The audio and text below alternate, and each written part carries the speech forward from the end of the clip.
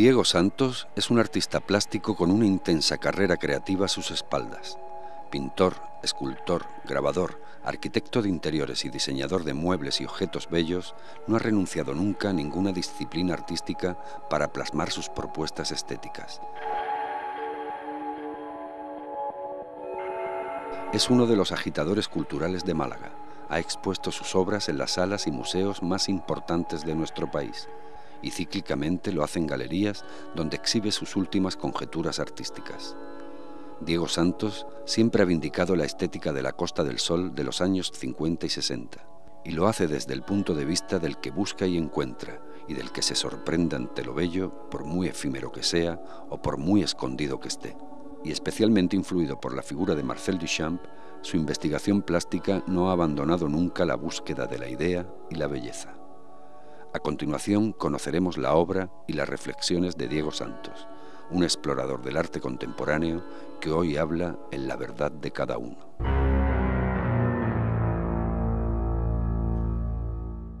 Mi primera relación con el arte fue en un cortijo en el campo, cerca de Churriana, con unos vecinos fantásticos. Hemingway en la Cónsula, Brena en la calle Torremolinos. Era un cortijo en Churriana.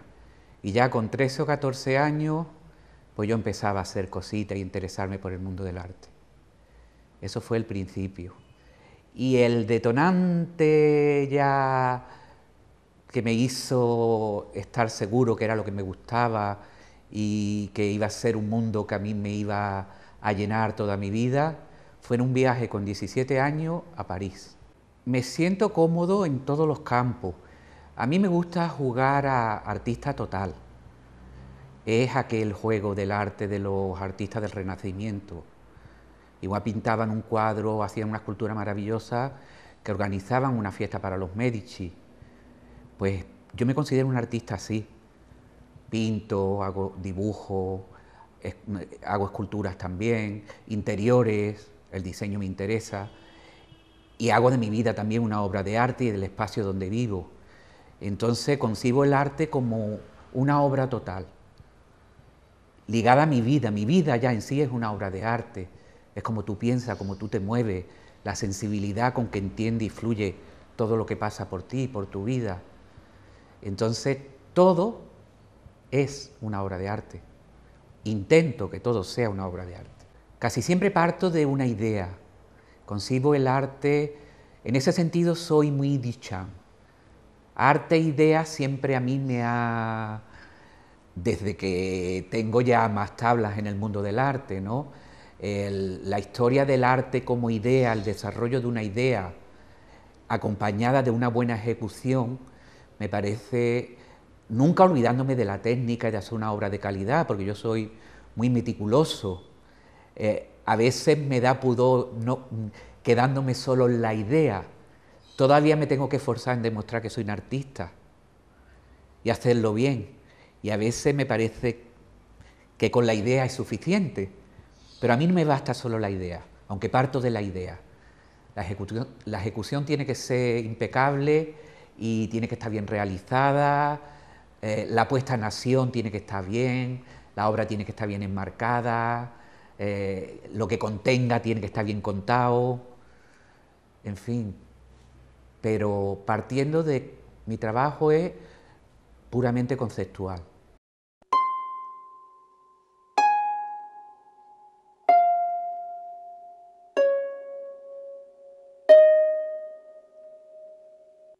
De mis exposiciones más interesantes, de al principio fueron unas exposiciones individuales que hice en Diputación,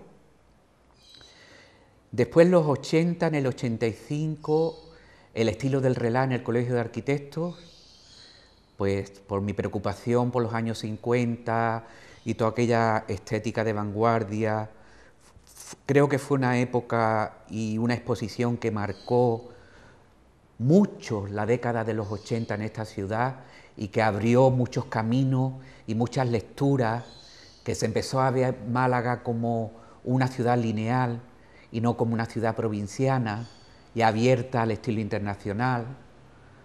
Después, más tarde, otra exposición que me trae buenos recuerdos y que creo que fue de bastante calidad, fue de Ecodrama, en la sala de la Alameda de Diputación. No era una exposición retrospectiva, pero recordaba o hacía viaje a obra anterior mía, y en la que estaba incluido el relá, incluía a Jean Cocteau, que era un personaje relacionado con el relá.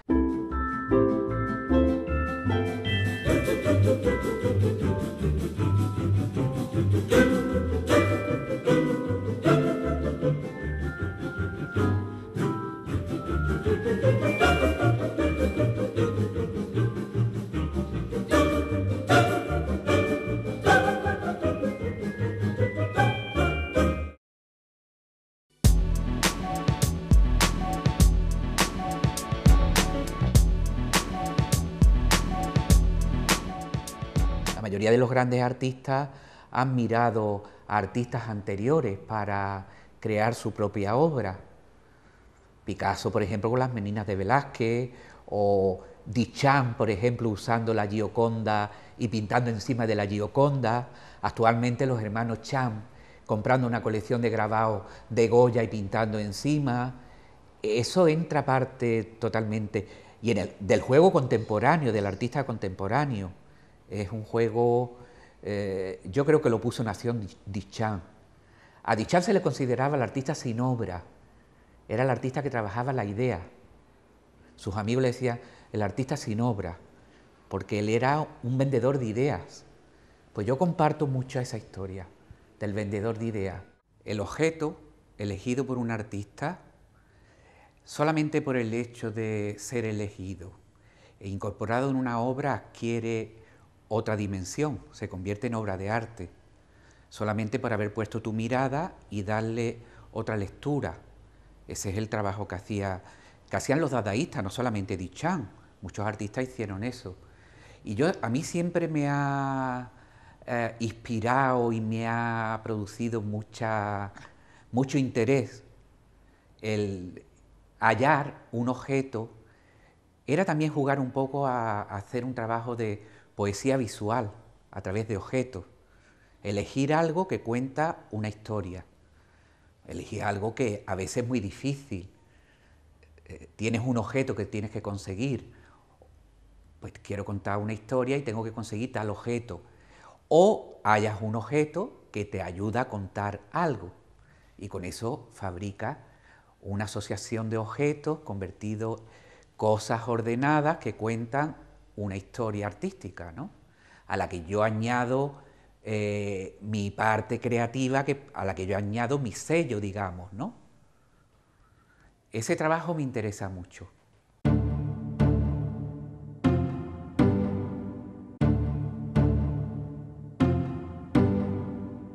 Uno de los encargos más complicados y difíciles que he recibido fue el encargo de recrear la casa natal de Picasso.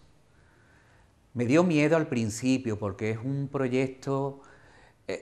Picasso significa tanto en esta ciudad que cualquier persona que intervenga en un proyecto relacionado con él pasa por riesgos. Entonces al principio me dio un poco de miedo, pero después dije, bueno, sí, haciéndolo con respeto y con documentación y tal, hay que olvidarse de las críticas, y lo hice lo mejor que pude, con mucho cariño. Recuerdo que muchos de los muebles que yo conseguí para esa recreación, para quitarle la energía que tenían los muebles en los anticuarios donde los compré, estuvieron en mi casa más de un año. Hasta que yo no vi que esos muebles se desprendieron de la energía que tenían, como le quité la pátina de falso y lo convertí en objeto creíble, conviviendo con ellos en mi casa un tiempo. Parece una tontería, contado así parece, este hombre está loco. Pues no. Hasta que yo no vi que los muebles podían pasar al otro espacio, estuvieron aquí conviviendo conmigo. Me encantaría hacer la recreación de la casa de Lennart Brennan. Entonces es una casa a la que yo visité de pequeño, de niño, y de la que tengo muchos recuerdos. Y después de haber hecho la casa natal de Picasso, la recreación de la casa natal de Picasso, sería un trabajo que a mí me gustaría intervenir para hacerlo con justicia y con acierto, ¿no? Son trabajos muy difíciles. Hay que tener documentación y hacerlo con mucho tacto para no contar un chiste de mal gusto, que sea creíble y que sea lo más real posible. Entonces sería un trabajo que la verdad me gustaría realizar.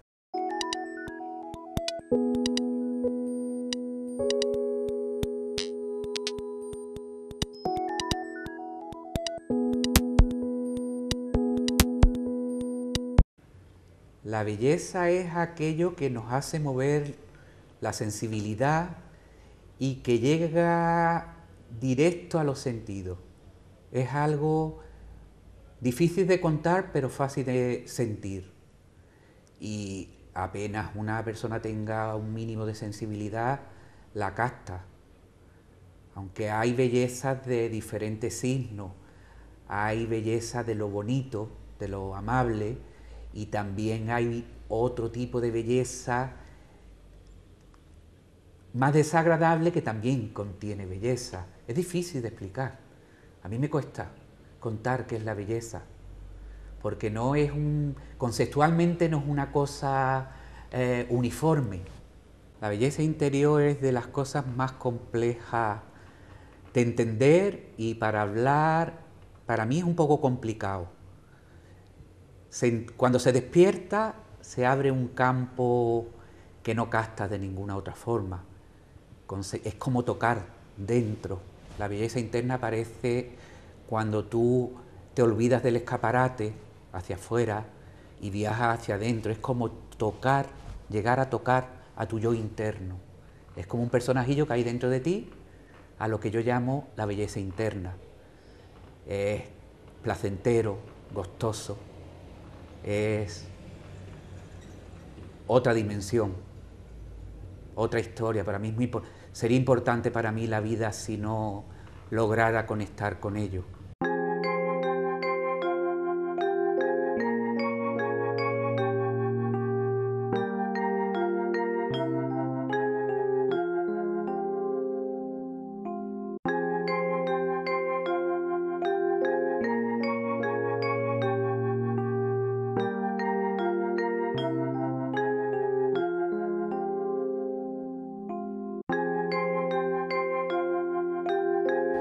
La primera vez que yo hice cactus fue en el año 85 y en la exposición El estilo del relax. Era una estética que coincidía con ese gusto de los años 50, del estilo internacional, pero que además hablaba de Andalucía, porque el cactus es una planta muy de aquí.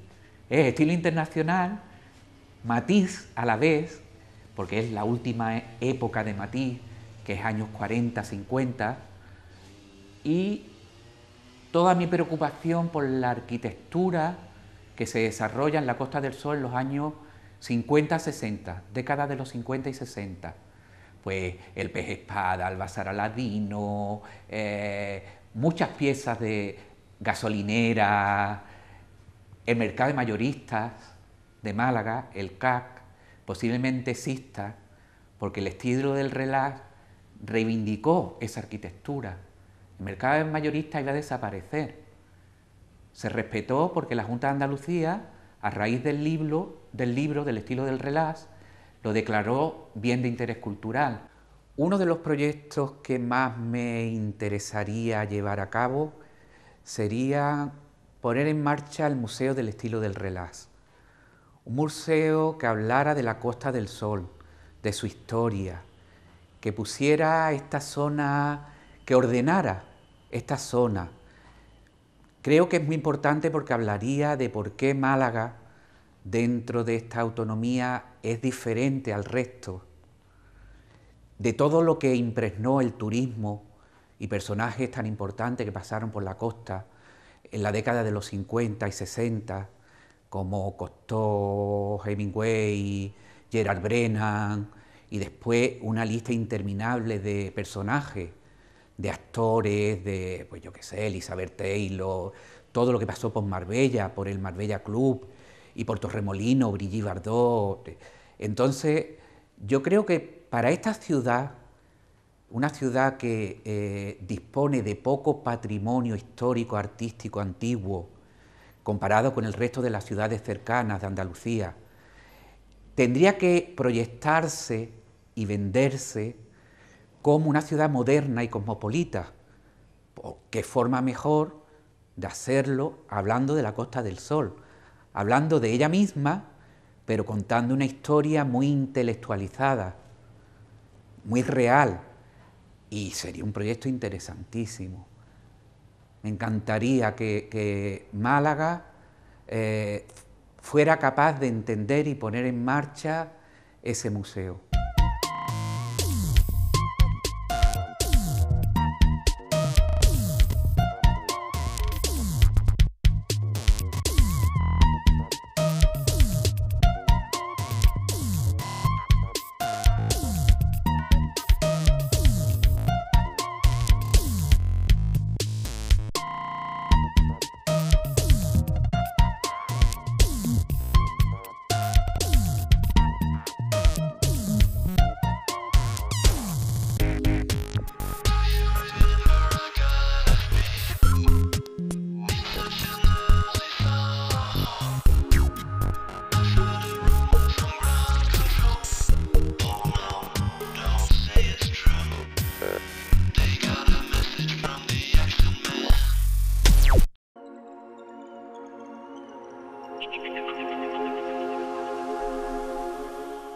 Pues de los artistas de la vanguardia que me han interesado, en escultura, mi escultor preferido, Brancusi.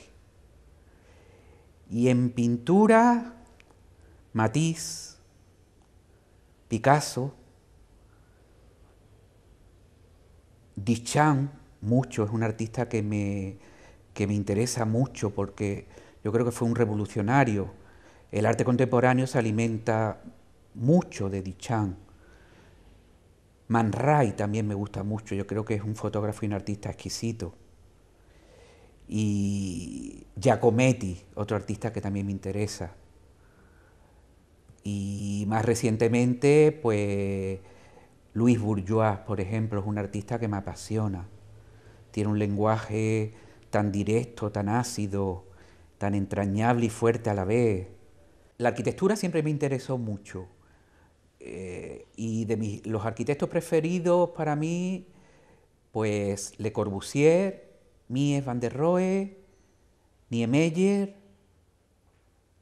Creo que esos tres son mis mitos de la arquitectura contemporánea que han abierto el camino a todos los arquitectos actuales, ¿no?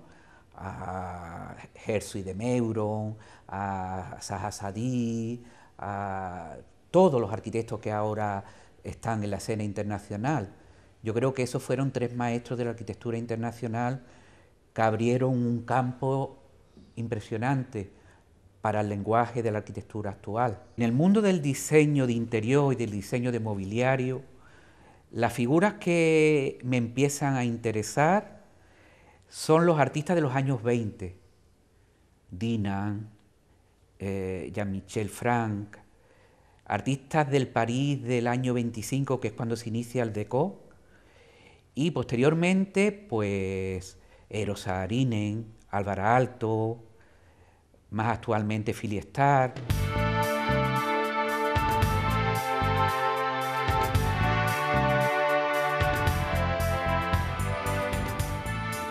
La verdad del arte es el juego que tú haces para que algo que creas sea creíble, aunque estés falseando, aunque es un juego, es jugar. En el trabajo del arte contemporáneo tiene mucho de DJ, es un sampleado, es como una versión que reemplaza a la versión original, convirtiéndose en una obra original, ese sampleado. El mundo del arte contemporáneo se ha alimentado mucho del mundo de la música. En el arte contemporáneo actual hay y está todo contado con una frágil verdad y una inmensa mentira.